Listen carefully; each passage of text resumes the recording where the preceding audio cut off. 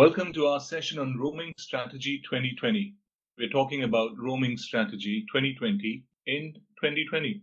I mean, why would you do that? Isn't strategy something you build much, much earlier?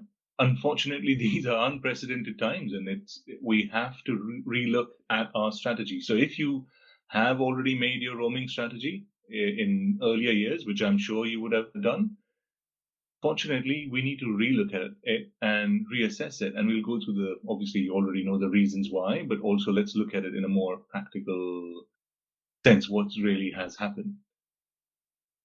This is one of my favorite quotes: a vision without strategy remains an illusion.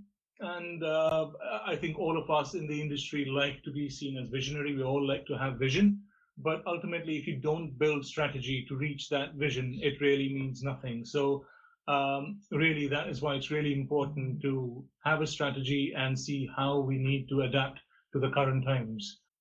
But strategy just doesn't happen. You don't just get out of bed one day and say, hey, I've got a new strategy. Maybe some people do, but I don't know of anybody who works like that. It takes a lot of time and years, and it's a stepwise process where initially, obviously, you gather all the data that you have. Obviously, in our industry, we gather a lot of data. A lot of data is generated and is available through various platforms. We gather that, we analyze that, and we can get trends. And once we start to see certain trends to that data, it helps us create forecasts, and we know where things are going. And once you build forecasts, almost in your head, you kind of further extrapolate that graph, and it gives you vision. Based on those forecasts, you know where the industry is going or where you would like to take it. And if you think this is what is going to happen in the future, and that's my vision for the industry, it's not enough. You need then to have a strategy to take you there. And that's when people define and decide a strategy to go forward. But obviously, what happens if the very fundamentals of this process are flawed or have cracks in them, like what's happened today? There is no roaming happening. What's happened to our trends? What's happened to our forecasts? They're all disappeared. And if you try to use this data today that you have to build your future forecasts, everybody knows it'll not be worth the paper that it's written on. So how do you deal with a situation where your basic fundamentals of creating a strategy have disappeared? And this is where you will have to reach out and say, all right, I don't have my current stuff, but what do I have? Who do I go to? And that's why very, very thankful to Dr. Johannes Opitz for coming and telling us his view of the impact COVID-19 is happening on the industry, and where do we see it ending, and what his recommendations to various operators are. Over to you, Johannes. Thank you very much, Dhiraj. Thank you for everybody. I at least wanted to share with you the latest piece of fashion Deutsche Telekom has given to us. Yeah, Dhiraj and everybody, hello from my end. Strange times, I really have to say. And I just had a chat with Milena, and we both agreed that it is really something that currently so many people of us are missing, which is talking to the roaming colleagues from other operators. And I really have to say this is a great opportunity, a great idea to make this at least happening virtually. So thank you very, very much. I would like to walk you through a couple of slides, which actually Federico has also helped to put together. And in the next next 20, 25 minutes, I would like to share with you some key facts we have pulled together with regards to COVID-19 and the impact on the roaming industry. It's not a secret, global economy is massively impacted by the pandemic. The lockdown measures, they have not only disrupted our day-to-day lives and routines, but they have also put a significant stress on the global economy. So here you can see the most powerful economic areas in the world, and what Nomura is actually predicting is that the largest economies worldwide, the trend is everywhere really negative. We will see different flavors looking ahead, So for instance, Nomura is expecting China's GDP to grow still or to decline. Actually, it's a negative growth also throughout the second quarter, while in Beijing currently they are to start to roll out a large stimulus package. In the US, the recession is projected to end faster. However, there will be a recession also in the first half year before we will see a gradual recovery. But also here, you have for sure read it in the news, they are going to come up with a 2 billion monetary accommodation in order to fuel the economy. In the European area, as COVID-19 spreads, it is expected to fall into actually a deeper recession throughout 2020. We have lower oil prices, demand shock, and that is also leading most likely to a lower inflation, but that will end up in a recession in Europe. Last but not least, in the UK, there is also a recession in the first half expected, but then also throughout the last second half of the year, a minus 15% versus 19 is expecting. I think all in all, what we can see is that COVID-19 is resulting in a massive worldwide economic downturn that also is going to impact our industry. On the second slide, telecommunication, as you can see, is a service that is deemed essential. And what you can see here on this slide is they have mapped different industries on a COVID heat map. So what kind of industries are more impacted? And actually, as you can see in the middle one, you even have industries that are benefiting or they are benefiting. What does it mean to telecommunication? Telecommunication is deemed an essential service, and the sector is more resilient to the coronavirus compared to many other industries. But what we know is, and what we see is that we are operating in an interconnected economy. So our business is indirectly dependent also from other industries, and these industries are heavily impacted by the virus. So you can see that lodging and tourism, passenger airlines, traveling in general, just to name a few, they have an impact on our roaming business. And for our business, travel is essential. So we need to examine a little bit more the sector in depth. So taking a closer look now on all indicators, you can see that they are all pointing downwards. On the left-hand side, you can see that the tourism and the travel industry will see roughly a 40% drop in forecasted revenues worldwide. The European aviation space saw really a dramatic decrease of roughly 90% of daily average flights in March compared to the same week of the previous year. And on the right bottom corner, you can even see that arrivals in international tourist arrival fell by 60% in March compared to the same period of the previous year. In the middle section, you can see that stock market prices, they have seen a drop in the first weeks of 2020. Of course, with airline industries, cruise lines, and also travel operators being amongst the most hit ones. The telco industry, we have accounted only for limited impact, but still we also have an impact. So moving to the next slide.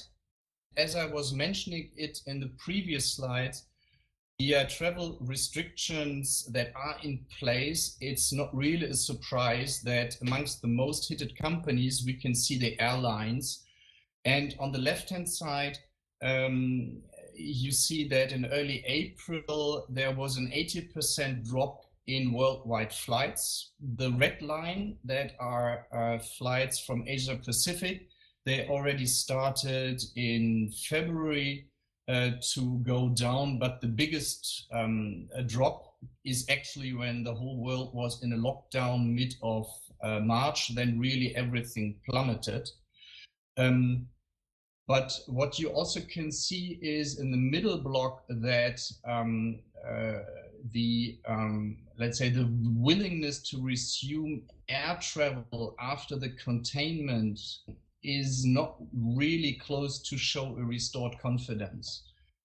So people are still very reluctant to board a plane. They are insecure, and this is what you can also then see materializing in the projections on the right-hand corner that is the RPK, which is actually the revenue passenger kilometers. That is the KPI of the airline industry that shows that passengers are really gradually going back to board planes end of second half of 2021. We will still see a 30% reduction compared to where we are coming from. And actually, this is also what the expectation of all research industries is, that the markets are going to open in the third quarter of this year. We will see more local travels, more regional travels, and what actually the latest one is to open up at the end is the international travels. So the pressure is also, or is predominantly currently on the airline industry. And this is also what you can see on the next slide, is we see in the airline industry two trends. So the pressure is a bi-directional one. We see a downward pressure. So fuel prices are becoming cheaper. We have an excess capacity. We have weak demand, typically factors that should lead to lower prices. But in parallel, we also have an upward trend, an upward pressure, which is an increase in operating cost, because the planes have to be sanitized. We have a lower utilization, and the combination of both actually will lead to the point that to break even while selling fewer seats, airlines will need to increase the airfares.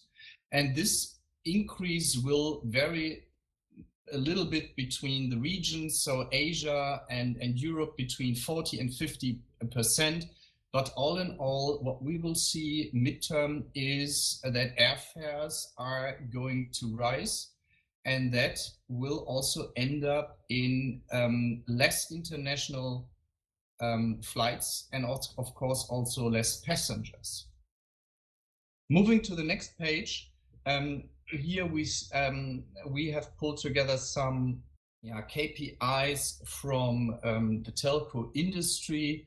So what we could find on the Q1 reporting season. On the top left, you see Rogers reporting wireless revenues down by 5% and a 17% drop in equipment revenue, roaming and overage. Below, you see Vodafone Europe. They have reported between -65 and -75 in roaming outbound and inbound traffic. But this is a little bit also another trend we have seen also in a lot of markets. When the lockdown actually happened, we also saw a decrease in churn, that people actually stayed at home. We had a lot more international long distance calls. So all in all, I would say on the company level, the telcos, they were pretty much able to compensate the shortfall in roaming with the increase of other KPIs. And that's why also the airline or the telco industry is not that badly hit by the virus. Telefonica, middle top, they reported negative effects with high pressure on the B2B segment, and predominantly here on the mobile prepaid and the roaming segment. BT saw actually a fall in the roaming traffic of 10% a day, with the 55% drop over a 5 days period. Telenor in Asia, they have reported strong pressure on roaming and prepaid. And last but not least, bottom right, FT saw a decline in revenues of roughly 6% in the first quarter due to lower roaming revenues. On the following page, you can see that as actually all telcos have been hit in the roaming retail revenues, and I'm pretty sure a lot of us and who work for a mobile operator, they have been asked throughout the last weeks and months, especially by their finance department, on different scenarios. What are the scenarios? When can we expect that revenues are going up again? And everybody of us was looking in his or her very large glass bowl. And what I have brought with me here are different recovery scenarios that Boston Consulting Group has analyzed. And as you can see on the left hand, this is the so-called V-shaped scenario, so a very strong decline. And after the lockdown period, we see an equally strong uptake. On the right-hand corner, you can see this W shape where everybody is expecting then a second wave to come. But the current expectation is that the likelihood is more in the middle. That is the so-called prolonged U shape. What does it mean? It means actually a gradual recovery that is going to stretch into 2021. So we are roughly talking about a 12 to 18 month recovery period. Lockdown is prolonged over several months, or at least our daily life is somehow limited. Travels is still discouraged. Borders are opening up gradually. And consumer confidence, however, takes a little bit of time to be restored. Businesses are maintaining to operate with strict policies, so everybody has to wear a mask running around, and the economy is still in a recession. We will see a very slow recovery, most likely, and this is what I actually just in the 5 minutes before we started with this sessions, I've discussed with Milena from Bulgaria. In Europe, it appears that everybody or some countries are opening up their borders beginning of June. But what we are expecting is that people tend to travel more short distance. So neighboring countries, so every distance that you, for instance, can travel by car, Germans will most likely start to travel to Denmark or to the Netherlands, perhaps even to France.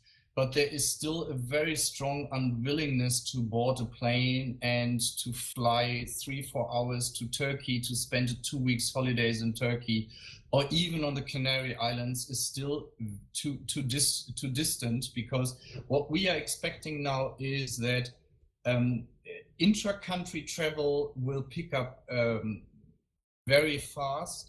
Intra-region is then the next one, so neighboring countries, with intercontinental travels to resume really last.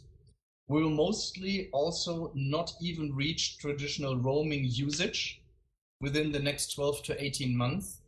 And if you ask me personally, we will not even reach in a 2 or 3 years time the international travels that we have seen in the past. So that is really history.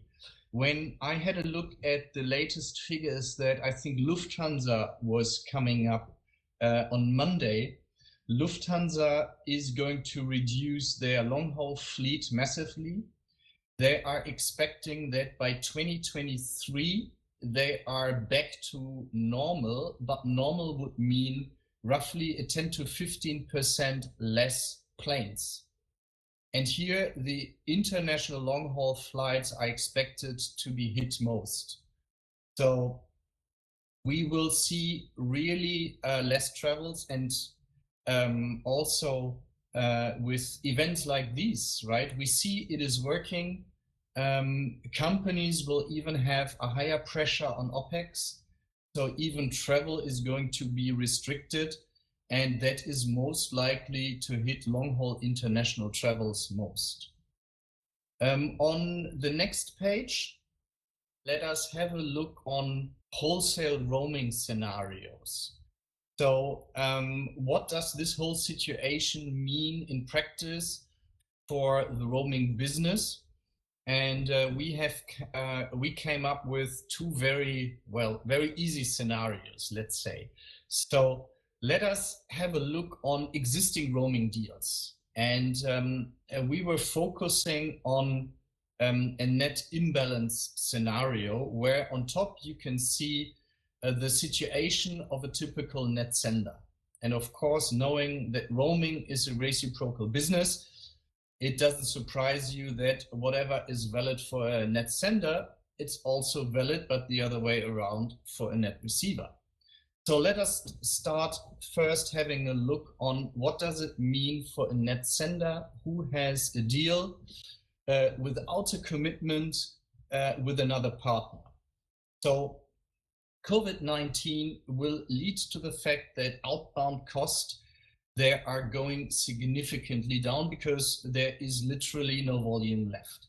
Inbound revenues, so from the other partner, is also going to decrease, but of course at a lower level because they have less traffic to send to you.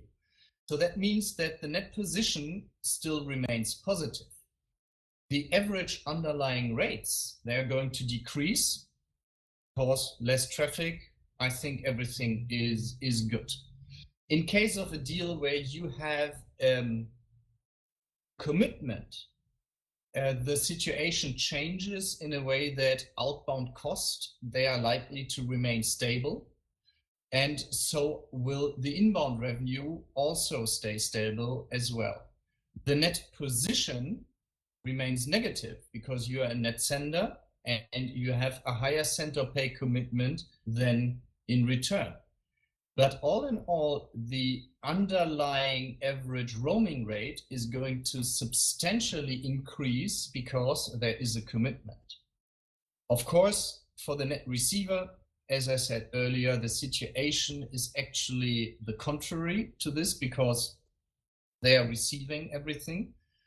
So what will now the situation be? You will try to renegotiate the deals where you have a send or pay, while the net receiver is trying to avoid a renegotiation. So in a nutshell, I think, and this is the takeaway box on the bottom, short term, wherever there is a commitment in place, most deals will end up to be overcommitted.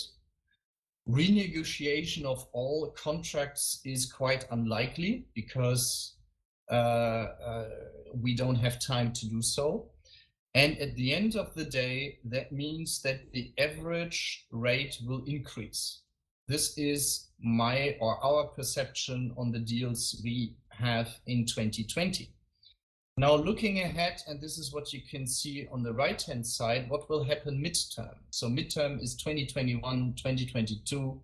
I think everybody is going to somehow try to mitigate the risk as much as possible. So that means that wherever possible, we will end up trying to reach a balanced net position to minimize the risks. On top of it, the industry is going to strive for deals where we'll have no or even lower commitments, if at all. But I also think that at the end of the day, we will see that the average rate per service is most likely going to increase rather than to further decrease. And I think we have here also two elements we need to factor in. And let's for a second look at Europe first. Europe, you know, we have a Roam like at home situation. We have seen, especially along the travels in the past, a huge pressure on from our finance department, because as roaming was included in the packages, the more people started to roam, the lower the average profitability of a traffic of a package or of a retail tariff was.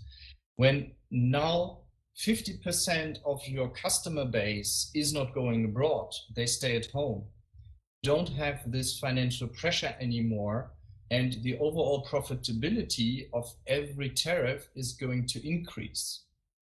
This, in combination with fewer or with less traffic, this is our perception, will take a huge pressure from the downward spiral on the rates. So this will lead us to the point where we are convinced that at least for a short period, until we see the volumes coming back, that the average rate is most likely to slightly increase rather than further decrease. But what will happen when we are in a situation where actually we see less traffic? I'm convinced that fewer traffic will lead to more aggregation, and it will also lead to the point where we see that the fewer traffic that is left will be aggregated on fewer networks. So we will most likely even have fewer deals in the future. And the ones who know me, this is the phrase I'm always quoting. It is a little bit, well, I stole it from Darwin. I'm convinced that aggregation, and I call it always survival of the fattest and not the fittest, will lead to actually this aggregation. And in a situation where we'll have an aggregation, where we'll have less traffic, where we try to mitigate the risk as good as possible, we will strike our deals according, and this is what you can see on the bottom right corner, according to 4 types of partnerships. We will have the strategic trusted partners. And I'm convinced that we will try to do as much business as possible with strategic trusted partners. The next level is that whatever windfall traffic we have might have strategic partners we have to do business with, but they are not our trusted partners. And then the 2 bottom ones, we have commercial partners and we have opportunistic partners. And I'm convinced that in crisis, everybody tries to limit the business with commercial and opportunistic partners, because in situation like the ones we currently have, we need trusted partners where we even can reach out and say, look, we have such a situation. I ended up in a completely wrong planning. I need your help. And help you can only expect from trusted partners, but not from opportunistic partners. This is how we see the roaming business, wholesale business evolving throughout the next years to come. And now I've come to the end of my presentation. Thank you very much. And now I would like to encourage you to have a question, comments. So whoever has a question, raise your hand. Looks like Stephen Onerel has a... Yeah, hi Johannes, that was really, really interesting. I particularly enjoyed the survival of the fattest. Something you didn't mention was regulation. Any impact of what's happened on regulators and maybe calming them down, or maybe the opposite, maybe making them more active? I think, knowing the bureaucracy in Brussels, I think they are not really taking this one into consideration. There might be a window of opportunity, actually, to tell them that a lot of financial pressure is now taken out of the market, that this might lead to not such a drastic regulation. You know that by the end of next year on, we will see a revised regulation coming up. There will definitely a regulation coming. I think what we can discuss is whether it will be a really massive one or just a less drastic one. But to be honest, whatever figure I would shoot is just looking in a glass bowl. It is the same insecurity. Thank you very much. So we just have a few more slides to close this off, just to walk you through what Johannes calls the Rocko Zoo, which I found out this morning. But in essence, what Johannes has been saying is that, you know, the virus and the impacts of it are not going away anywhere very soon. It's here to stay. I know for a long time we've kind of just been waiting. Oh, next week the lockdown's going to finish and then it'll start to get back to normal. And that is just not the case. In fact, if anything, people will change their behavior. Their travel patterns will change. Life will not be what it used to be. And even if people did want to travel, because of the loss in economy, because of the loss to people's jobs, there just won't be the kind of affordability that was there that we saw in 2019. Even if people wanted to travel, they may not be able to afford to go on long holidays. So at every level that you see, there are just way too many hurdles now for the travel industry, for travel to pick up where it was. And one of the things that we think is also going to happen, and we've already seen some elements of that, is what I call traveler discrimination. So if I tomorrow go for a long holiday, if I go especially on a long haul flight and I come back, I'm sure my neighbors, my friends will think twice about meeting me because they just want to be sure I haven't got something else with myself. So travelers will face discrimination. So you would think twice before traveling, even if all the other pieces were in place.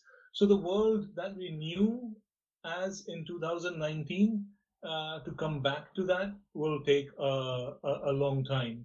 This is the KublerRoss model, which was actually set up to go through the emotions and the morale that a person goes through when they have a bereavement, but actually it's equally applicable to business as well. And I thought that this is actually quite relevant for this period because it helps us understand where we are and what the next steps are and where we should go. So kind of, if you see on the x-axis is the time, and on the y-axis is the morale, is kind of our mental state of what we go through. So it starts with shock, where we realize about, oh my God, have you heard what's happening in China? They're shutting the whole city down. There's so many people dying. I can't believe what's going on. There are doctors dying. They don't have enough nurses. Everybody's shut inside. So it's that initial shock, and then obviously slowly it moves into denial, where you think, yeah, but that's so far away. It's happening in China. It's not going to come here. And in fact, that is primarily the reason why most governments took so long to implement lockdowns, because everybody was in denial. Everybody thought that this was happening in a completely different part of the world and was not going to touch us. But when it starts to hit us, it kind of leads to frustration. You kind of are frustrated. What? Are GSMA canceling the Mobile World Congress? That's such an overreaction. How can they do something like that? Or, when the lockdowns are coming in place, and it's just so frustrating because you can't figure out how do you deal with your daily life. And you are still thinking in your head, it's going to end in a week or 2 weeks. Why is this all happening? It's an overreaction. And slowly then it flows into, I think this is where we currently are in kind of depression, where it kind of starts to sink in what has happened and where you are, and you think about, okay, this is what it is, but when is this all going to end? When do we go out of this? You almost accept the situation. And from here on is where we will move into more of an experimental stage where you say, right, this is what it is. And that's why Johannes's presentation was so important, because it tells us it's not going away anywhere. Don't wait for things to suddenly come back to normal. This thing is going to stay with us for a while. So you try and find ways out and you experiment with different things. And for example, we are experimenting with this virtual conference, and the whole industry will start kind of moving into that. And then we will realize what works, what doesn't work, how can we make, and we will make decisions and adopt some things and not adopt some things. And then those things that we adopt, we integrate them into our new life, what becomes what is known as in the media the new normal.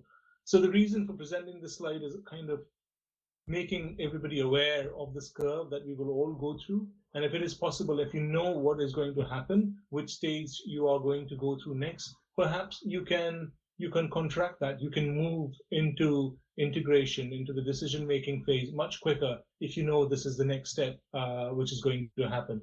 Try experimenting sooner of what you want to do with your teams. How can you co-locate? Perhaps you need to divide your teams into 2 or 3 parts and people go into office. Every part goes into office, say, twice a week or something of that sort. But this is the time to start experimenting and think about how do we move ahead. Also, looking at the current situation, Rocco's kind of devised this Rocko roaming partner engagement model. And we really think there are 4 different types of roaming partners that every operator has. And this is what Johannes in the previous presentation, in the previous session that we had, called the Zoo. And the reason for it is, so on the x-axis, you will see that you have net inbound providers and net outbound providers. And on the y-axis, you have trust factor providers who you don't really trust, or you have to just work with, but you don't have a strong relationship. And then you have people who really, really trust you, have a really strong relationship with them. And as kind of Johannes also mentioned, and it's all about relationships in the roaming world. And again, moving to what now you'll understand why Johannes calls it the Rocko Zoo, is the first step of the partner is what we call the dogs. These are primarily where most of your net outbound traffic go, but these are your most faithful friends. These are the ones you count on to give you good rates so that you can come up with aggressive retail options and give that to your partners. These are the people you have a really good, trusted, strong relationship with. And the next ones where you have a lot of inbound traffic from are the stallions. They are strong. They are the ones you count on for giving you your business. They're the ones you count on for your revenue, all your inbound revenue. Most of it, in fact, comes from these stallions you've got a really trusted relationship. You know these guys are not going to be disappearing just because somebody gives them a rate which is a penny under what you have to offer. But on the other side, you also have the bulls. They're also helpful because they also carry and provide you revenue, but they're also very, like Johannes use the term, opportunistic. They can attack. They can just run away for a few pennies here or there, and they will go to your competitor and make a deal with them. They're good to work with, but they can also attack, and you can't really count on them in times of need. And also then the last one, there are the vultures. These are where you send some outbound traffic. They're useful. They clean up like vultures do. All the leaked traffic that you have in your outbound destinations, which your roaming partner, your preferred partner is not able to take.